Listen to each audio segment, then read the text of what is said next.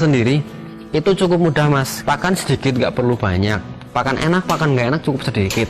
Yang kedua cuma butuh berjemur.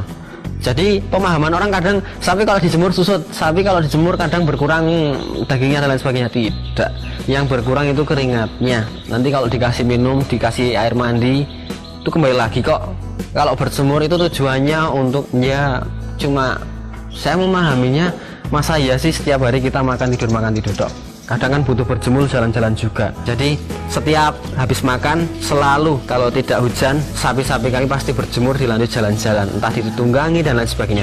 Tidak membedakan sapi lokal sama sapi impor. Kami menganggap semua sapi sama, cuma karakter yang berbeda. Ada yang maunya dikipasin, ada yang maunya panasan, ada yang maunya setiap hari basah, ada yang maunya setiap hari kering. Itu bagaimana cara mengetahuinya? Ya yang setiap hari yang melihara. Jadi kembali lagi ke praktek dan titen, begitu mas. Bagaimana cara melihat sapi prospek besar atau prospek 1 ton dengan sapi yang tidak bisa besar tapi bisa gemuk? Itu kembali lagi ke genetik. Pertanyaannya adalah, mas pakannya apa kok bisa gede-gede banget kayak gitu? Pakan lagi, jangan salahkan pakan, jangan unggulkan pakan. Karena apa? Ya prinsip kita sama, mungkin sapi sama manusia ya. Asal kenyang sehat pasti gemuk. Tapi kalau kita kenyang makan banyak, pikirannya stres seperti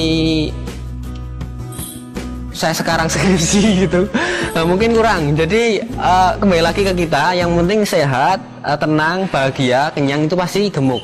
Nah catatannya satu, bedakan antara sapi gemuk dan besar. Kalau sapi besar itu tinggi panjang, gede tinggi panjang, tulangnya besar, kulitnya tebal, itu besar. Kalau sapi gemuk ya udah dagingnya banyak. Jadi kembali lagi membedakan sapi yang, cara memilih sapi yang bisa besar sama yang tidak bisa besar adalah ke genetik. Kalau ayahnya itu lebih detailnya, kalau ayahnya atau pejantannya dan indukannya atau betinanya gede, itu insya Allah pedetnya atau anaknya nanti bisa gede juga. Lain hal dengan sapi yang mungkin punten nun sewu, indukannya kecil, pejantannya kecil, itu bisa gemuk banget, tapi kalau tinggi panjang gede mungkin susah. Itu untuk gambaran secara nyata seperti itu mungkin ya. Tapi kalau tidak bisa melihat pejantan atau indukannya secara langsung, mungkin kita bisa melihat ciri-cirinya. Dan ciri-ciri itu sendiri mungkin bisa dipahami berbagai kalangan. Nanti sudah mungkin sudah cukup banyak yang liputan tentang cara memilih bakalan ya. Dari segi kepala gede, kaki-kaki gede karena kaki mungkin pondasi, ekor juga kulit tebal, itu merupakan ciri-ciri utama memang. Tapi kalau saya pribadi, saya kurang yakin kalau tidak melihat betina ataupun indukannya. Ketika saya melihat sapi betina atau indukannya atau pejantannya itu gede-gede semua dan anaknya kecil, saya berani mengatakan kalau ini sapi bisa besar. Kenapa? Karena memang ya genetiknya genetik besar, tidak menutup kemungkinan minimal anak itu seperti ayahnya atau seperti ibundanya.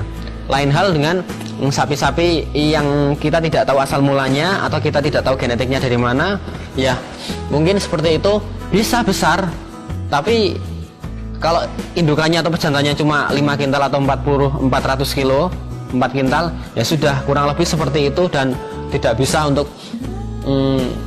prospek seperti yang diharapkan, seperti yang teman-teman lihat 1 ton up gitu, mungkin susah ya. Bisa tapi susah sekali, butuh waktu yang cukup lama. Itu seperti itu mas. Jadi kembali lagi ke genetik dan terahnya. Untuk kendalanya sendiri sebenarnya hampir semua peternak atau hampir semua kalangan pasti punya kendala dalam berusaha. Khususnya kami yang beternak, mungkin semua peternak sudah tahu kendalanya adalah satu mas, pakan. Pakan itu cukup mahal. Kadang kalau di logika di nalar itu nggak ketemu. Masa iya pakan sapi sama daging sapi mahal? Pakan sapi mau nggak mau ya tetap dijalani. Tapi ya alhamdulillah masih ketemu mas. Nah mungkin itu masih rezeki gitu ya mas ya.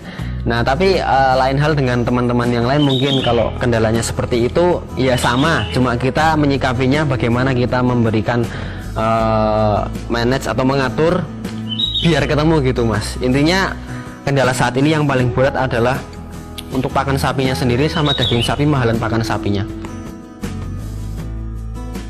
Terima kasih untuk pemirsa sedulur semua. Alhamdulillah saya Hermawan juga membuka usaha Di situ baik kita usaha bareng, join, kita tukar pikiran boleh, kita belajar bareng boleh, membeli sapi boleh, menjual sapi boleh.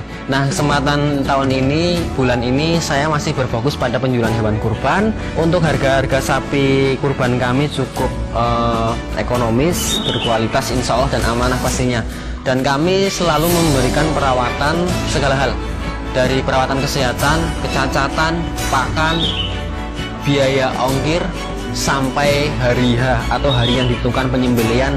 Bahkan penyembelihan pun kami menerima jasa penyembelihan karena memang sudah mendapat sertifikat atau legalitas dari MUI, Majelis Ulama Indonesia begitu. Nah, untuk sapi-sapinya sendiri harganya mulai dari 18 juta sampai harga berapapun ada kami, insya Allah.